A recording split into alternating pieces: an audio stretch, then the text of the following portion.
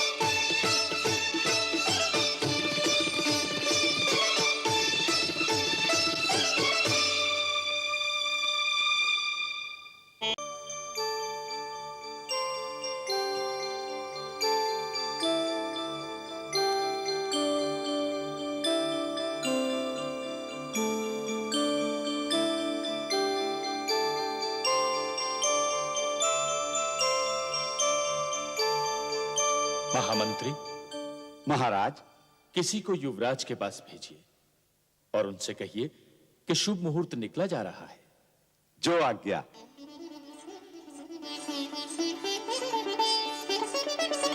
आर्यपुत्र, आर्यपुत्र,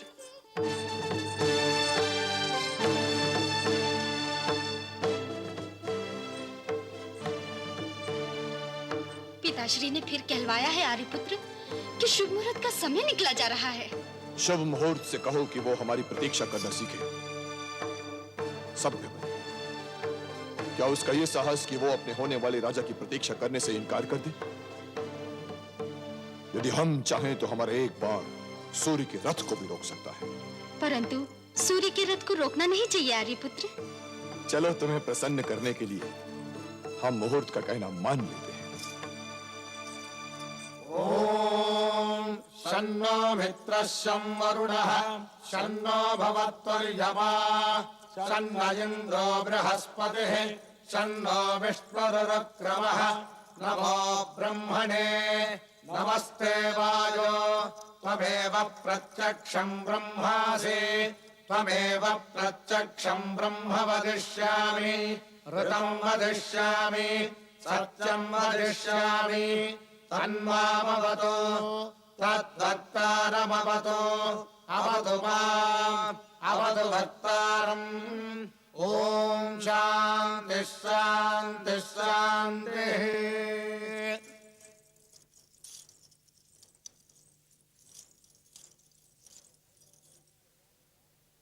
मैं महोदया और उसके राज सिंहासन को सादर प्रणाम करता हूं। मैं बड़ा भाग्यवान हूं कि विधाता ने मुझे इस सिंहासन और महोदया के जन समुदाय की सेवा करने का अवसर दिया, और मैं आशा करता हूं कि राजा होने के नाते मैंने अपने कर्तव्यों का पालन किया। आज मैं महोदया और इस सिंहासन से विदा होने की आज्ञा मांग रहा हूं, क्योंकि मैं अब बूढ़ा हो गया हूं। मुझ में अब मुकुट का भार संभालने की शक्ति नहीं रह गई है। मैं आशा करता हूं कि मेरा पुत्र विश्वरथ अपने आप को आपके स्नेहपूर्वक सहयोग के लिए और विश्वास के योग्य सिद्ध करेगा।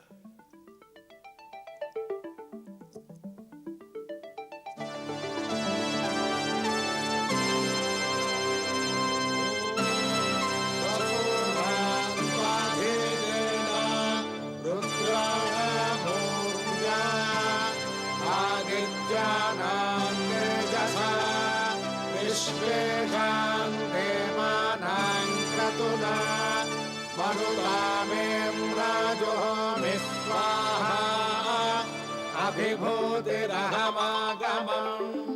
इन्द्रसखा स्वायुधः दीर्घायुत्वाय शतशारदाय। हे पुत्र विश्वरथ, ये राज मुकुट पहनकर सिंहासन पर बैठने का अर्थ ये नहीं कि तुम इस जन समुदाय के स्वामी हो गए। ग्वाला गाय का सेवक होता है, स्वामी नहीं। दूध गाय के थन में होता है, राजा के आदेश में नहीं। माली पेड़ पौधों का सेवक है, स्वामी नहीं। फल और सुगंध पेड़ पौधों की संपत्ति है, माली की नहीं। सुगंध माली के आदेशों की प्रतीक्षा नहीं करती। राजमुकुट वास्तव में दायित्वों की भारी गठरी है पुत्र, जिसे राजा जीवन भर उठाए रहता है। हे पुत्र, यह सदैव याद रखना कि राजा स्वामी नहीं, सेवक है, और यह उसका परम कर्तव्य है कि वो अपने जन समुदाय को सुखी, संतुष्ट और सुरक्षित रखने का प्रयत्न करे। हे पुत्र, राजा की कमर में लगी तलवार जन समुदाय के सुख और संपत्ति की रक्षा के लिए होती है। वो राजा बड़ा ही मूर्ख होता है जो इस तलवार को अपनी मान ले और अपनी महत्वाकांक्षा की प्यास बुझाने के लिए इस तलवार का दुरुपयोग करे। राज्य में राजा ही केवल ऐसा व्यक्ति होता है जिसके पास कोई अधिकार नहीं होता, जिसके पास केवल कर्तव्य होते हैं, कर्तव्य। और इसीलिए उसकी मुद्रिका उसके अधिकारों का चिन्ह नहीं है, बल्कि कर्तव्यों का प्रतिबिंब है। हे पुत्र विश्वरथ, मैं तुम्हें इस आशा के साथ अपने पूर्वजों के सिंहासन पर विराजमान होने के लिए आमंत्रित करता हूं कि तुम अपने पूर्वजों की परंपराओं का आदर करते हुए अपने आप को जन समुदाय का स्वामी नहीं, सेवक मानोगे। और हे पुत्र, यह कभी ना भूलना कि अभिमान राजा का अलंकार नहीं, वो दीमक है जो राज्य और राजा दोनों को चाट जाता है।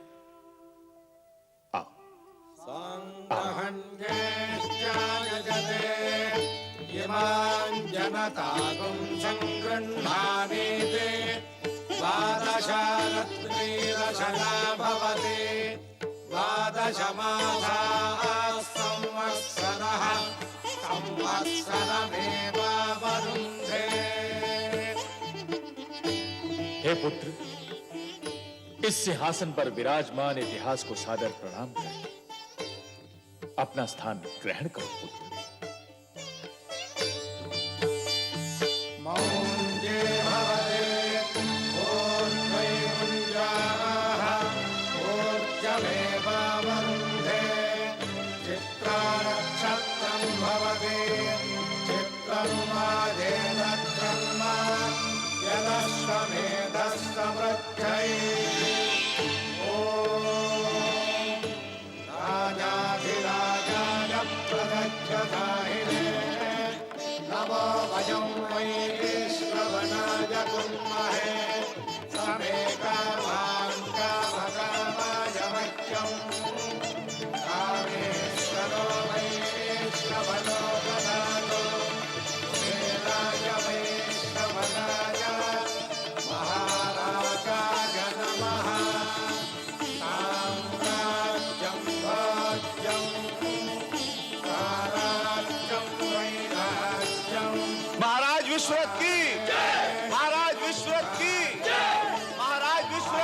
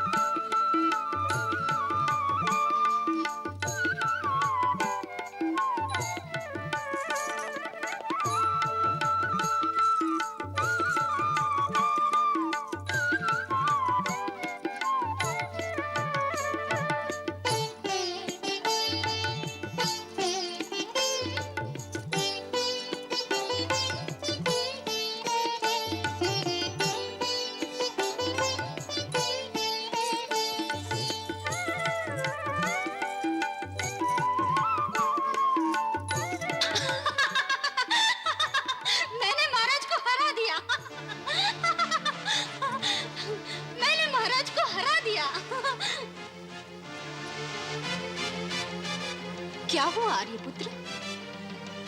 अपने विषय में हमें हार जैसा शब्द सुनना अच्छा नहीं लगता प्रिय। चाहे वो हार क्रीड़ा में हो या युद्ध में। इसलिए हम इन पासों को मृत्यु दंड देते हैं जिन्होंने हमारा अपमान किया है।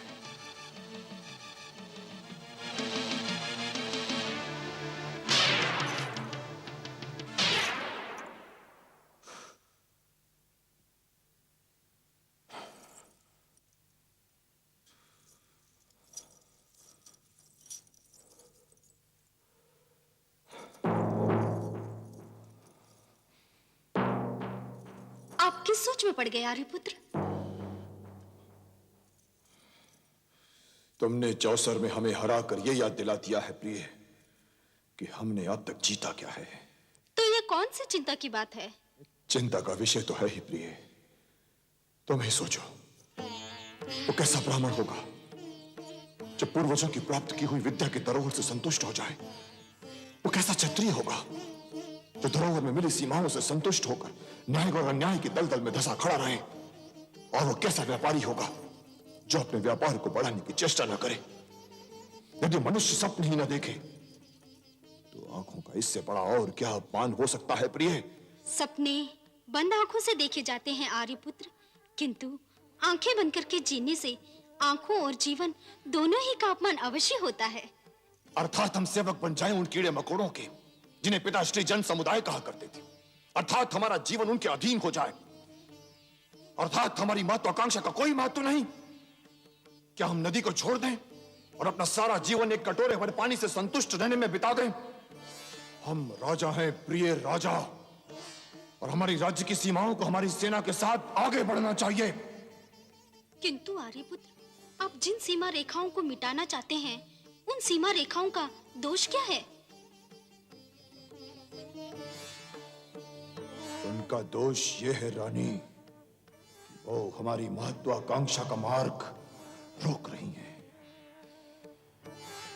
महाराज विश्वनाथ की जय। महाराज विश्वनाथ की जय। महाराज विश्वनाथ की जय। महाराज बंद करो इस जय जयकार को।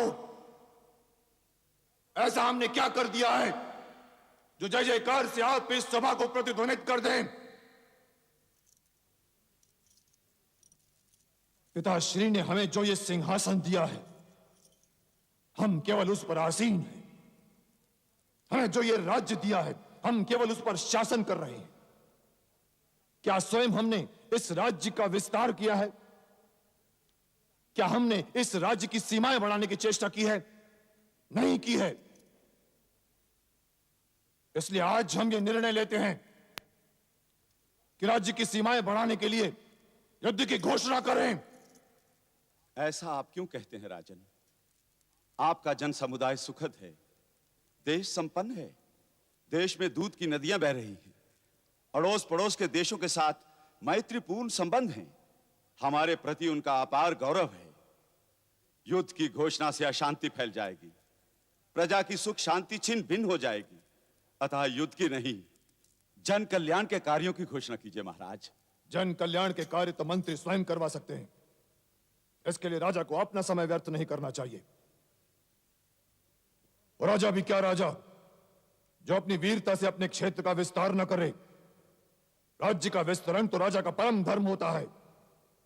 अतः इस युद्ध के लिए अभी प्रस्थान किया जाए, यह हमारा आदेश है। ये आदेश ना दो राजन। हमारी सभा में ब्रह्म ऋषि गौतम का स्वागत है। आप बड़े शुभ अवसर पर पधारे हैं।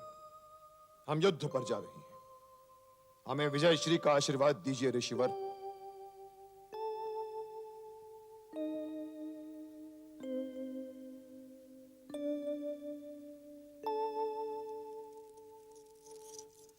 ये ऋतु युद्ध के लिए उचित नहीं है राजन। ये वो ऋतु है जब भूमि को कृषि बल की आवश्यकता होती है और किसी ऋषि का आशीर्वाद भूमि के हितों के विरुद्ध नहीं जा सकता। ये तो आप आ गए थे इसलिए हमने आशीर्वाद के लिए कह दिया था।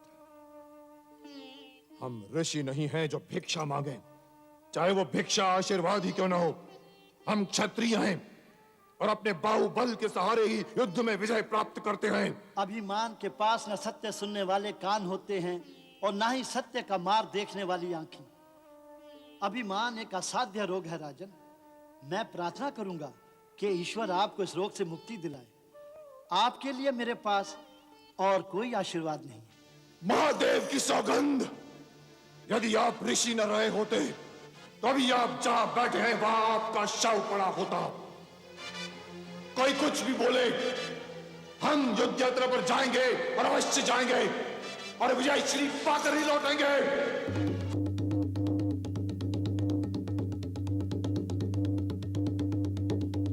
महोदया, देशवासियों, सबको विदित किया जाता है कि राजा विश्वरथ युद्ध यात्रा पर निकल रहे हैं। हमारे राजा विश्वरथ का आदेश है कि 18 से लेकर 50 की आयु के देश के सभी नागरिक, चाहे वो कृषिधारी क्यों ना हो, उनके सैनिक बनकर उनकी युद्ध यात्रा में अवश्य जाएं।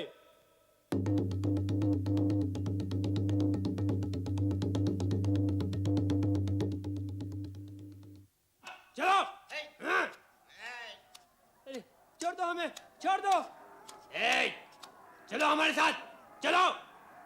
नहीं, मुझे मत ले जाओ, मुझे मत ले जाओ। चलो, भगवान के लिए छोड़ दो, छोड़ दो।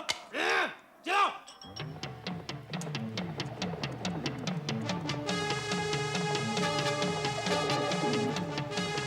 ले चलो सबको। चल, छोड़ दो। क्या कर रहे हो? छोड़ दो। नहीं, नहीं, नहीं, मत ले जाओ।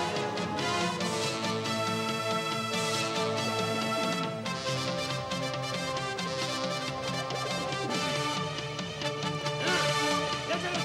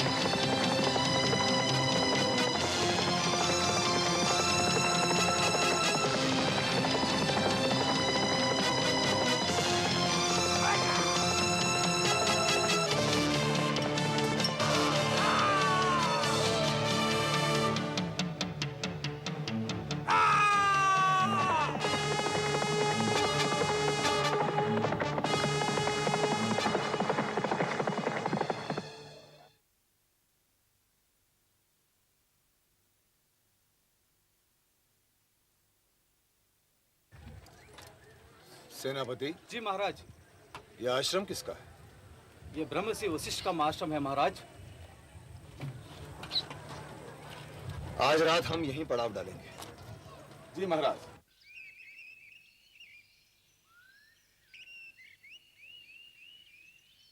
माताश्री,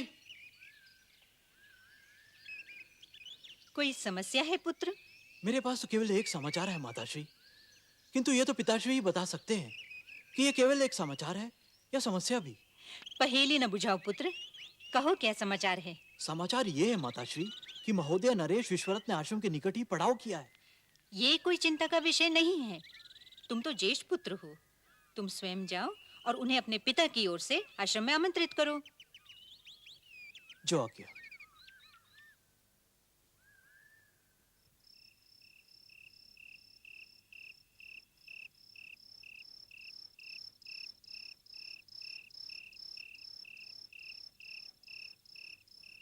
मैं महाराज के दर्शन करना चाहता हूं। आप यहाँ प्रतीक्षा कीजिए। प्रणाम महाराज। ब्रह्मर्षि वशिष्ठ का ज्येष्ठ पुत्र आया महाराज। अंदर ले आओ उन्हें।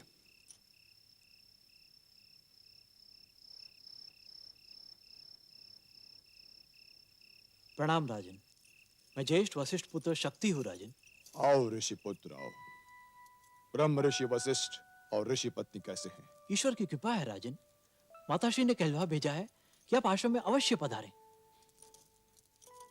उनसे कह दो कि हम कल प्रातः अवश्य आएंगे। सृष्टिकर्ता लोककर्ता सर्वकारणकर्तः विश्वामित्रो ब्रह्मवेत्ता सृष्टि प्रतीख्यातः महावीरो महातेजो विश्वामित्रो